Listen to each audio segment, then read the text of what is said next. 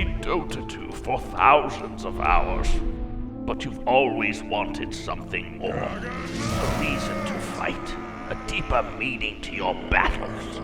But to know the hidden history of Dota 2, you must go on an adventure of a lifetime. An adventure into the lore!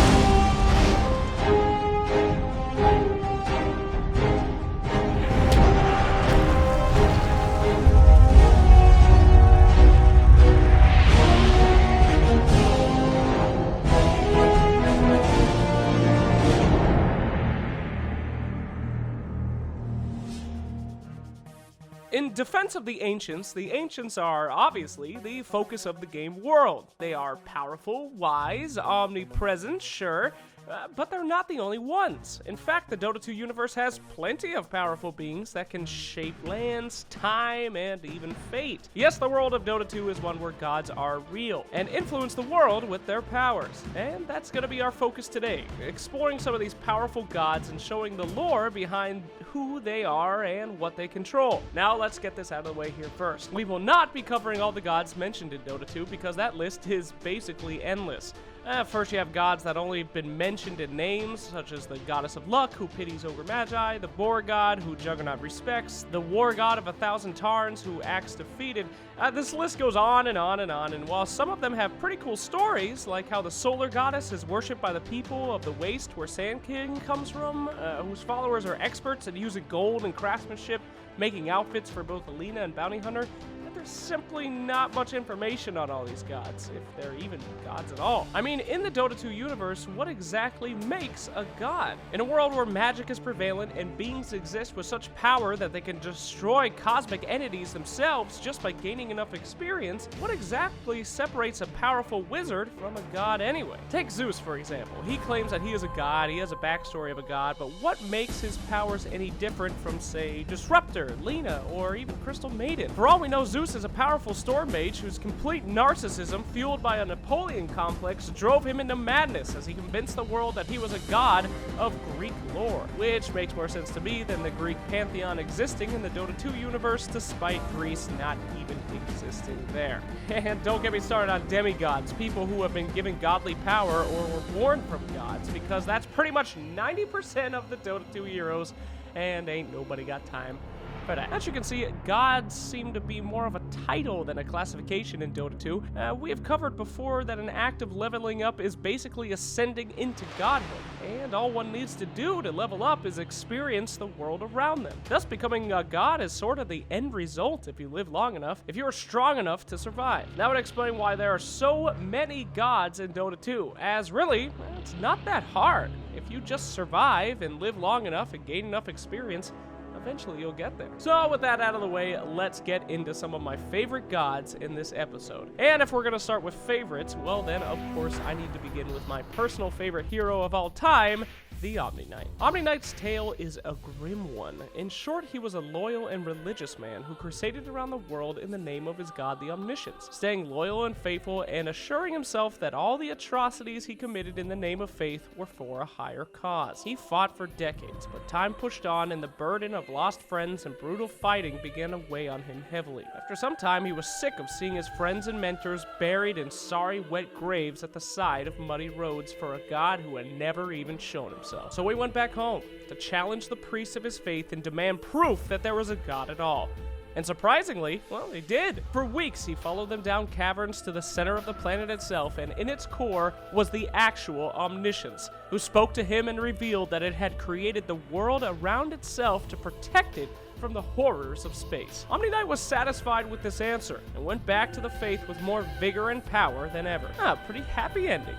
Or is it? The lore is pretty strange in that it mentions the following. Perhaps the Omniscience is a liar, deep in its prison of stone, and not the world's creator at all, but the Omni Knight never again questioned his fate. It always struck me as odd that this would ever be mentioned. Why put in doubt into a pretty open and shut story? And that's where the headcanon begins. Is the Omniscience a true god? Many heroes actually doubt it. Monkey King, who has done battles with plenty of gods before, claims to not even have ever heard of the Omniscience. Your powers may be real, but I've never seen this omniscience. and many powerful beings such as Chaos Knight mock Omni Knight for his blind faith. Where is your omniscient one now? Blind in that he will follow anything he believes in, or blind because the thing that he believes in isn't real at all? Let's take a look at Omni Knight himself.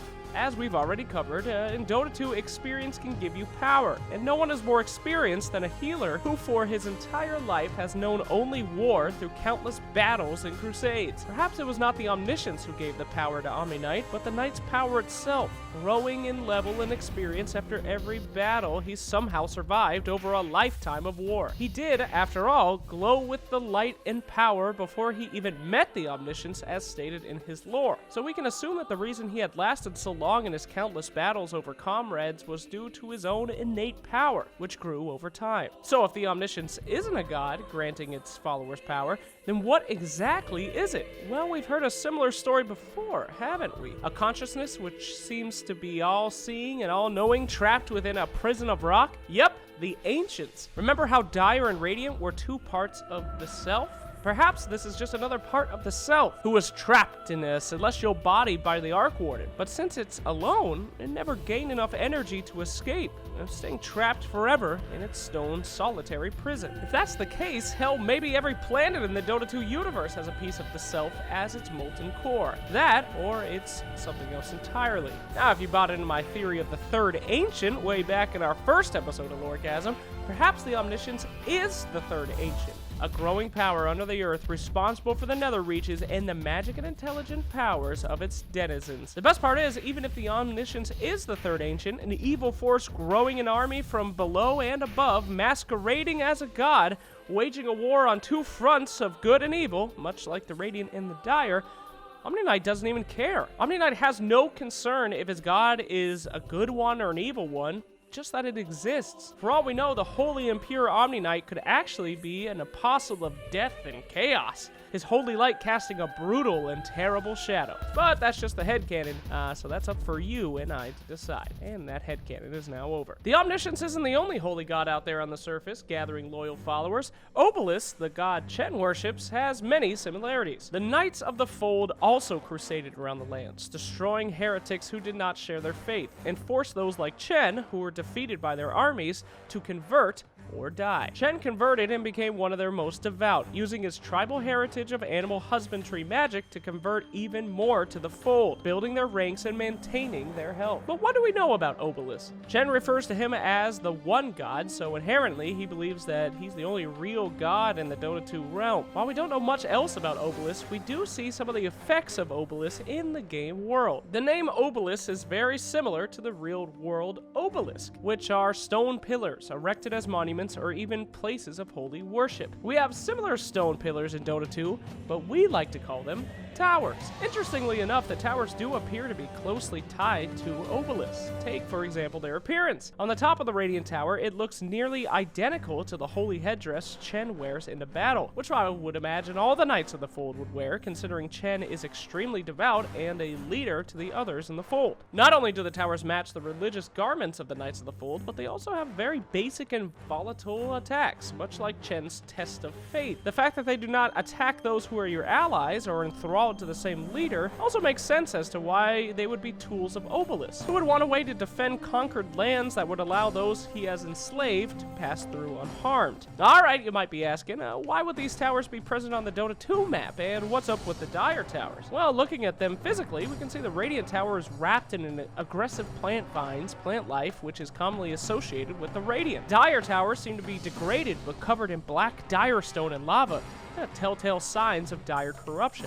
This leads us to conclude that the towers have been converted by the ancients themselves, built and attached to the land by the followers of Obelisk, but then converted when Radiant and Dire influence spread throughout that earth. These towers were built by the followers of Obelisk, most likely appearing like the Radiant Tower, until they were converted by the ancients for their impressive abilities to only attack enemies to those who were enthralled by them. For two entities that can only battle each other by mind controlling warriors, towers are a super useful essential commodity for the ancients. While we may not know much about Obelisk himself, the structures his followers erected in the past are essential parts of our current daily battles. Do I have anything else for Obelisk? Well, hit that headcanon alert. There's a good chance that Chen's god and Omni-Knight's god may be one and the same. After all, Chen's powers are merely an extension of powers he already had before his conversion, his main power being the ability to magically enthrall animals. This explains Holy Persuasion and Penitence, as both are just uses of powers that he was born with. Test of Faith reads that Knights of the Fold possess fanatical forms of magic, which is considered unwieldy. So it's assumed that the spells he learned are simply passed down by Knights of the Fold, and aren't very refined at all. That leaves Chen's ult, Hand of God, which again seems to just be an extension of what he was already capable of, using mental links with his thralls to heal them. So in the end, much like Omni-Knight, it appears Obelisk doesn't really give much to its followers other than a cause to fight for.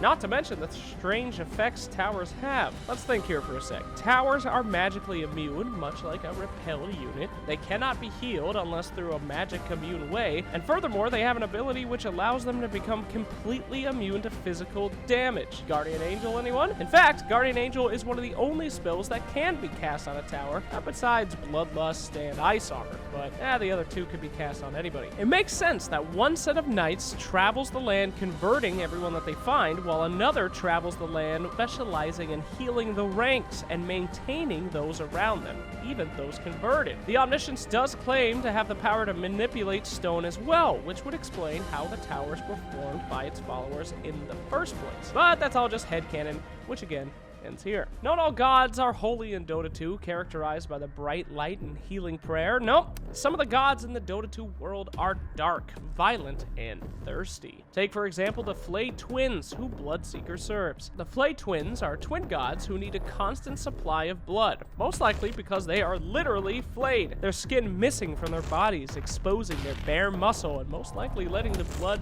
flow freely out of them. No one knows what the story is behind this, the flays being from themselves to amplify blood magics or done to them by an enemy, but one thing is known: they are extremely powerful. They are undefeatable, unmovable, and they must be fed. This is the job of the Bloodseeker. The story begins in a place called, oh god, Zacatecol, an Aztec-like society in mist-covered mountains, who are protected but also threatened by the twins. The pact is simple. The people of provide the Flayed Twins blood, or the twins descend upon them and collect the blood they desire from their corpses. Due to this, the people provide routine blood sacrifices, but it's never enough, as the twins demand oceanic amounts of blood. To solve this, the people presented them with a weapon, a man who would go throughout the world with only one goal: to acquire blood for the blood gods. Bloodseeker's clothing and weapons are covered in special magical runes that transfer any blood that he touches directly to the twins, and his only job in life is to cover those weapons and clothes in as much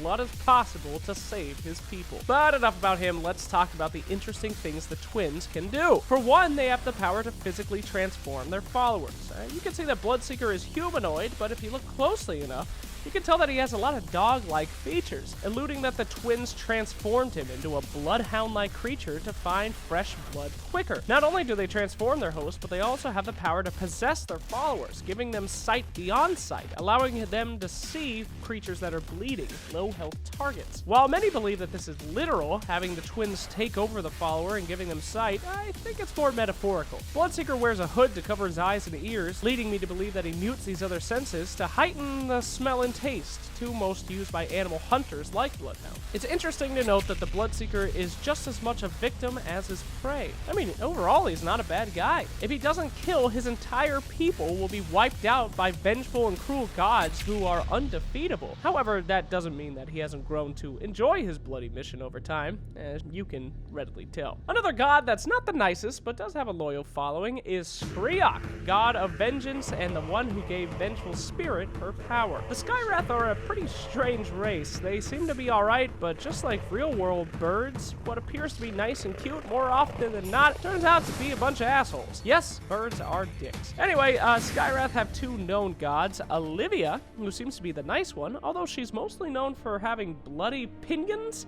aka outermost feathers. So, that's less nice than, more wrath, I would suppose. Now, if praying to a war bird god is a little tame for you, then you can pray to Skriok if you have been wronged. Originally, a princess next in line for the throne, Vengeful Spirit's sister attempted to assassinate her by trapping her in a net and letting her fall to her death from the ghastly Eyrie. Venge survived this by cutting off her wings, meaning she could never fly home and would never again be accepted if she even could. Obsessed with vengeance, she approached Skriok to gain power, only to find that she would need to give up her earthly body and transform into a spirit to do so. She accepted, and the rest is history. It's interesting to know here, by the way, that an auk is a category of birds, but a special kind.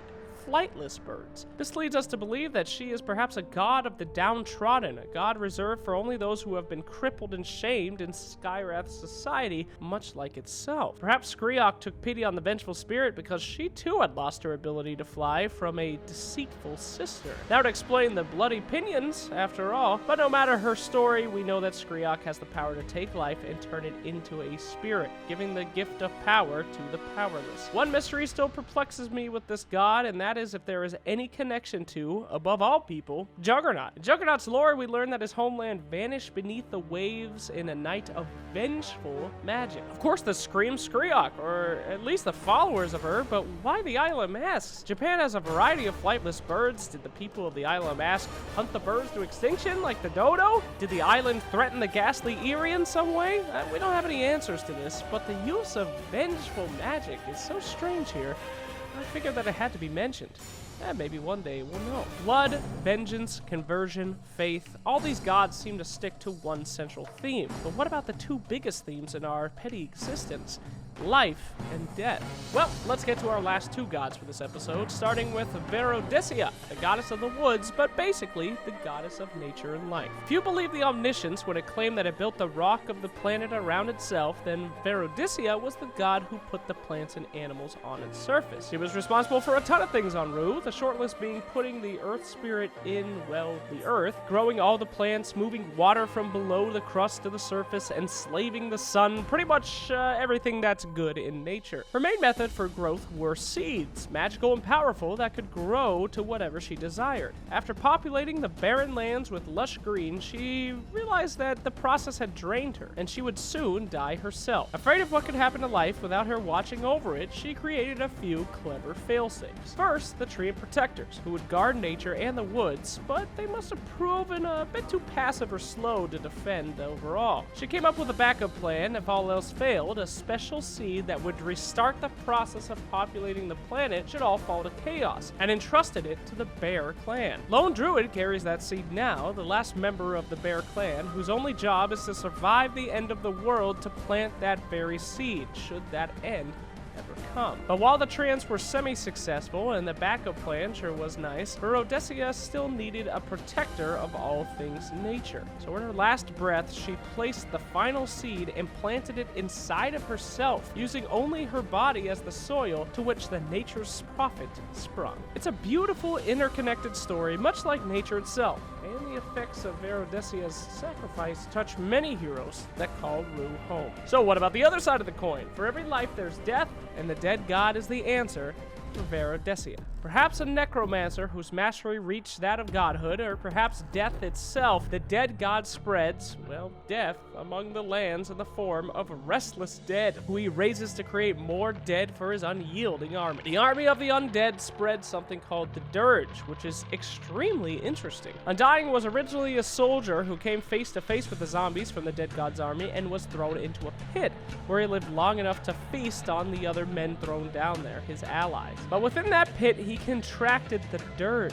described as a sound in his mind, faint at first but eventually deafening, which transformed him into the general of the dead god's army, which he currently is. This dirge seems to be the magic that the dead god possesses, which brings the dead to life and compels them to do his bidding.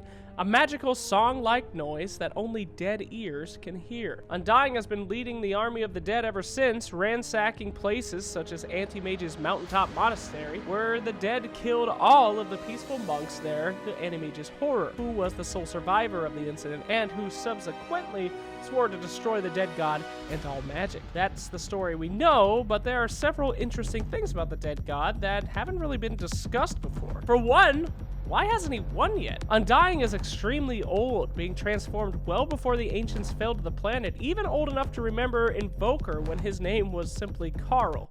Yeah, I'm not joking about that. Carl, is that you? So the Legion of the Dead has been marauding and killing for a very, very long time. And as any zombie movie enthusiast would know, zombie attacks spread exponentially and fast. After all, every defeated enemy is an additional warrior for you. So why hasn't the dead god killed everything yet? Or at least driven the world into a post-apocalyptic nightmare? The only explanation would be that he doesn't want to. Unless the army of the dead is defeated time and time again, which according to Undying's lore, he is able to rise again after being slain, I can't really imagine that the dead god and his dirge would be defeated very easily. This begs the question, if the end goal isn't to consume all life, as is the normal zombie tale, then what could it be? Perhaps our only clue is that the dead god is said to be nihilistic. He believes that life is meaningless and rejects all religion and moral principles. Perhaps the dead god's goal isn't to kill all life like a typical zombie horde, but rather target those who find a higher meaning in life, those of faith who look beyond our limited existence. This would explain the attack on Animage's monastery, one of the only recorded attacks that we know of in the lore, where the dead gods sought to snuff out monks that were so obsessed with meditation that they would let themselves get slaughtered with no recourse. The Animage and Windranger comic Dark Purpose, which is, don't get me wrong, a complete piece of garbage lore-wise, does show us that the followers of the dead god are pretty much sentient, even fearing for their lives and rallying each other to fight and not be afraid. So in the end, perhaps, the dead god isn't a stereotypical evil zombie horde leader, but instead a leader with a purpose. One that, when he completes, he returns his zombies to their graves rather than attempting to take over the planet. That purpose is culling the powerful. Headcanon time! Remember how at the beginning of this video I told you that basically anyone could become a god in Dota 2? With enough experience and power, your powers could rise more and more, and with each powerful enemy you defeated, your power could grow exponentially. The question then would be, well, where does that end? Why do those like Invoker, whose power reaches states where they become basically immortal, live in hiding? I believe because the dead god is the one who keeps the world in check. He believes that life is meaningless, and those that ascend to godhood would directly conflict with that notion, giving purpose to the followers who had faith in those now godlike beings. So it would reason then that the dead god's mission is that of a god killer, focusing first on the faithful and slaying them, then turning them against their gods, or at least giving the gods no more power. For what is a king without a kingdom? What is a ruler with no one to rule? As I stated before, you simply can't win against an undead army, especially if its general can be defeated and rise again anew. No, the only way to stop the cycle of growing in power and then losing it to the dead god's wrath would be to kill the god himself, the very mission of the Anti-Mage. But then who would keep Joe Schmo from rising to godhood? Who would keep everyone in the Dota 2 universe from eventually becoming an all-powerful being? The dead god is a necessity, a balance to those who have escaped death long enough to grow to godhood. So is the dead god really a bad guy? Or is his job more like a hunter who kills the overpopulated deer? Morals aren't my job, just the lore, so that's for you to decide. And that will just about do it for this episode. Wait. What about Salamene? Or Malron the Tentacular? Or Niktasha? Well, as I said, there's a lot of gods in the Dota 2 world, and we will be getting to them eventually. But for now, use that experience you have gained to grow yourself and follow your own path to lore godliness. Big thank you to Merrymind for the custom artwork in the Dota 2 Pantheon series. You can check out that here. Thanks again for watching. This episode's script was co-written and reviewed by the nice folks who gave to the Patreon to pay for my wonderful editor and artists. If you want to be part of that fun, go ahead and check out the Patreon there. Shout out to all the guys on the screen. And thanks again, and we will see you next time on Loregasm.